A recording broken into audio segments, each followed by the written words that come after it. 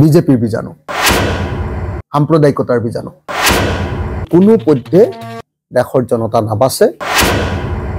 বিজেপিৰ নিচিনা এটা দানৱীয় শক্তি যি মানুহক সাম্প্ৰদায়িক বিভাজনেৰে উত্তেজিত কৰি তোলে আমি কৈ আছো যে বিজেপিয়ে দেশখন বিক্ৰী শেষ কৰি দিলে আমি কৈ আছো যে বিজেপিৰ কাৰণে মূল্যবৃদ্ধিয়ে মানুহক মাৰি পেলাব এতিয়া কিন্তু এইবিলাক কথা আমি মুখেৰেহে কৈছো আন্তৰিকভাৱে এতিয়ালৈকে বিৰোধী দলবিলাকে উপলব্ধি কৰিব পৰা নাই এতিয়াও আমাৰ মাজত অহংকাৰ আছে এতিয়াও আমাৰ মাজত কি কৰিছো এটা বস্তু চাইছো যে বিজেপিক হৰুৱাতকৈ নিজৰ দলৰ সংগঠন বৃদ্ধি কৰা কথাটোতে আমি লাগি আছো সেইকাৰণে 2026 নিৰ্বাচনটো অসমৰ 2026 নিৰ্বাচনটো হল যে বিজেপিক পৰাভূত কৰিম নে আমাৰ নিজৰ দলৰ সংগঠন বৃদ্ধি কৰিম এটোৱে হল নিৰ্বাচন 2026 নিৰ্বাচনটো এতিয়া যদি কংগ্ৰেছে বেলেগকে খেলে কংগ্ৰেছৰ হয়তো 126টা সমষ্টিতে তেওঁলোকৰ প্ৰাৰ্থী ওলাব ৰাইজৰ দলে যদি বেলেগকে খেলে তেতিয়ালে ৰাইজৰ দলৰ হয়তো অসমৰ সকলো সমষ্টিতে কেণ্ডিডেট ওলাব সংগঠন বাঢ়িব কিন্তু আমাৰ সংগঠন বিলাক বাঢ়িব কিন্তু কোনো পধ্যে দেশৰ জনতা নাবাছে দেশৰ গণতন্ত্ৰ নাবাছে দেশৰ সংবিধান নাবাছে সেইকাৰণে একেবাৰে সহজ সত্যটো হল দিল্লী নিৰ্বাচনৰ পাছত হাৰিয়ানা নিৰ্বাচনৰ পাছত আমি সকলোৱে একলগ হ'ব লাগিব আমি সকলোৱে ঐক্যবদ্ধ হ'ব লাগিব বিশেষকৈ বিজেপিৰ নিচিনা এটা দানৱীয় শক্তি যি মানুহক সাম্প্ৰদায়িক বিভাজনেৰে উত্তেজিত কৰি তোলে বিজেপিৰ নিচিনা এটা দানৱীয় শক্তি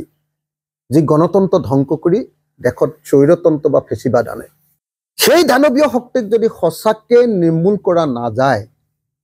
এই সময়খিনিত যদি অকল নিজৰ সংগঠন বৃদ্ধিৰ কথা আমি যদি চিন্তা কৰি থাকো যেটো যোৱাবাৰৰ উপনিৰ্বাচনত 2024 উপনিৰ্বাচনত কংগ্ৰেছে যেটো ভুল কৰিলে 5টা বিধানসভা সমষ্টিতে অসমৰ নিৰ্বাচনত অৱতীৰ্ণ হৈ নিজৰ সংগঠন ৰক্ষা কৰিবৰ কাৰণে তেতিয়া হলে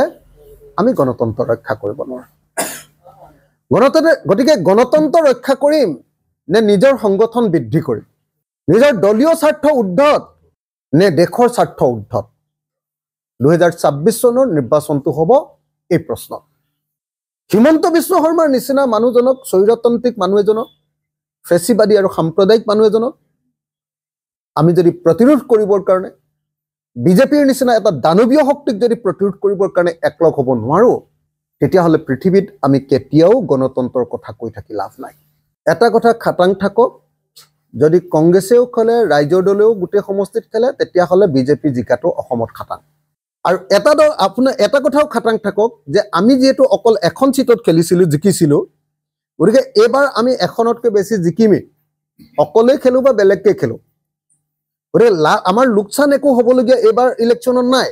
তথাপিও আমি বাৰম্বাৰ এটাই কথা কৈ আছো যে এই নিৰ্বাচনটো নিজৰ দলীয় সংগঠন বৃদ্ধি কৰাৰ নিৰ্বাচন নহয় আমি 126টাতে কেণ্ডিডেট দি দিলে আমাৰ সংগঠন বাঢ়ি যাব কিন্তু সদায় আমি একতাৰ কাৰণে নিজকে স্যাক্ৰিফাইস কৰি আহি আছো আপোনালোকে সকলোৱে জানে 2021 চনত আমি বিশ্বাসঘাতকতাৰ বলি হলো 2021 চনৰ উপনিৰ্বাচন থাউৰাৰ মৰিয়নি তাতো বিশ্বাসঘাতকতাৰ বলি হলো ৰাইজৰ দল 2024 চনৰ আপোনাৰ এমপি ইলেকশ্যন তাতো আমি বিশ্বাসঘাতকতাৰ বলি হলো 2025 চনৰ উপনিৰ্বাচন তাতো আমি বিশ্বাসঘাতকতাৰ বলি হলো বিহালী বা বঙাইগাঁও এই ইলেকশ্যনতো আমি বিশ্বাসঘাতকতাৰ বলি হলো তাৰ পাছতো আমি বাৰম্বাৰ কৈ আছো যে নাই আমি একলগ হ'বই লাগিব এটোক যদি কোনোবাই দুৰ্বলতা বুলি ভাবিছে আমি একলগ হ'বলৈ কোৱা কথাটো যদি কোনোবাই দুৰ্বলতা বুলি ভাবিছে তেতিয়াহলে তেওঁৰ গাত আসলতে বিজেপিৰ বীজাণুটো সোমাই আছে বিজেপিৰ বীজাণু সাম্প্ৰদায়িকতাৰ বীজাণু বিজেপিক জিকুৱাৰ তেওঁৰ মনৰ ভিতৰত অকণমান মানে হেৰিটো লুকাই আছে তাৰমানে সেইকাৰণে মই আহ্বান জনাব খুজিছো মই কাৰো বিৰুদ্ধে এটাও বাক্য ক'ব খোজা নাই এবাৰ আমি একলগ হ'বই লাগিব নহলে আকৌ বিজেপি আহিব গতিকে বিজেপিক পৰাভূত কৰিবৰ কাৰণে একলগ হোৱাটোৱে হল একেবাৰে সহজ আৰু সত্য কথা এটো নহলে আমি মৰি গলো দেশ মৰি যাব জাতি মৰি যাব জনগণ মৰি যাব মূল্য বৃদ্ধিৰ কাৰণে মানুহৰ থাকিব নোৱাৰিব